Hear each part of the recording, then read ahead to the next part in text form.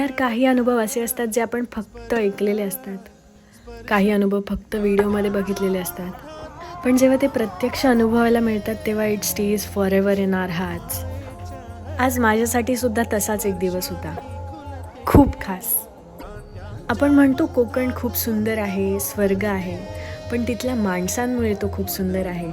अशाच एका गोड फॅमिलीसोबत मी गेली होती दशावतार बघायला. शेखर दादा आणि शुभ्रावहिनी. दुसऱ्या दिवशी सकाळी त्यांना जॉबला जायचं असून सुद्धा त्यांनी मला दशावतार बघायचा म्हणून एका दुसऱ्या गावात जत्रेसाठी नेलं. सर्वात आधी देवीचं दर्शन घेण्यासाठी आम्ही रांगेत उभे राहिलो. इथे वहिनींनी ओटीचं सामान घेतलं आणि आम्ही गेलो देवीच्या दर्शनाला. देवळातल्या पुजारी दादांनी देवीच्या या सुंदर मूर्तीचा शॉट मला खूप जवळून काढून दिला. खूपच भारी वाटलं.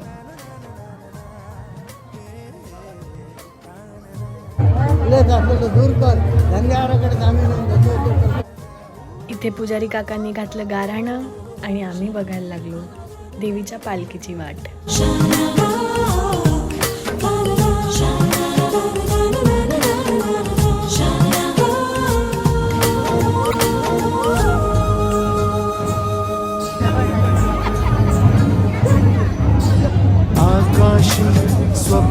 पूर्वीच्या काळी जेव्हा मार्केट नव्हती तेव्हा बायकांसाठी जत्रा म्हणजे एकदम खास असायची. तेच त्यांचं मार्केट प्लेस होतं आणि शॉपिंग जी म्हणतात ती जत्रेत खूप करायचे ते. त्या जसं बांगड्या भरणं वगैरे स्पेशली.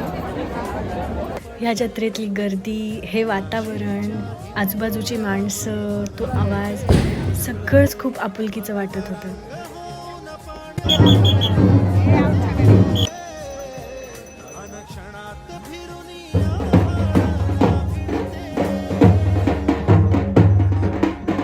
हा ब्लॉग मी खूप रॉ ठेवण्याचा प्रयत्न यासाठी केला आहे कारण it was one of kind experience for me आणि तो तुमच्यासाठी सुद्धा तसाच ठरावा म्हणून.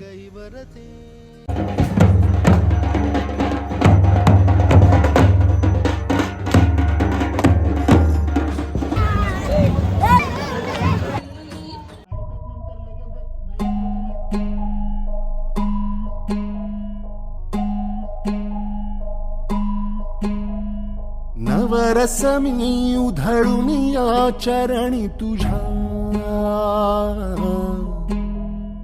मानून घे गोड तुझी रंग पूजा.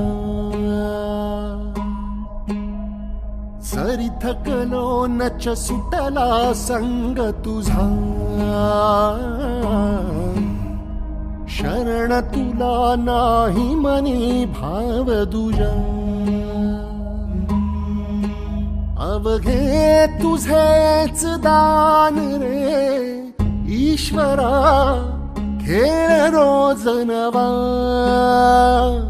गोड मानून घे रंग पूजा.